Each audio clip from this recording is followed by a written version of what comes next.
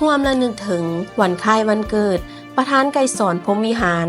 ครบรอบ104 ปีนับตั้งแต่ที่13 เดือน 12 1920จนถึงที่13 เดือน 12 2024ประธานไกรสอนพรหมวิหารทานแม่นผู้ฮักชาตินักปฏิวัติที่ยิ่งใหญ่ของชาติวีรบุรุษผู้นำของพรรครัฐที่ปีศาจสามารถสลาดสงสัยทั้งเป็นนักทฤษฎีและพฤติกรรมเป็นผู้ที่มีคุณสมบัติศีลธรรมปฏิวัติสูงส่งมีทัศนะมหาชนกว้างขวางทั้งเป็นผู้วางแนวทางและแบบอย่างปฏิบัติแนวทางต่างประเทศอย่างถูกต้อง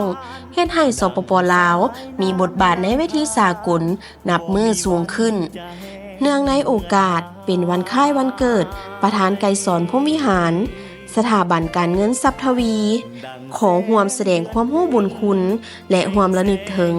คุณงามความดีของท่านผู้นำที่เคารพรักของปวงชนลาวตลอดไป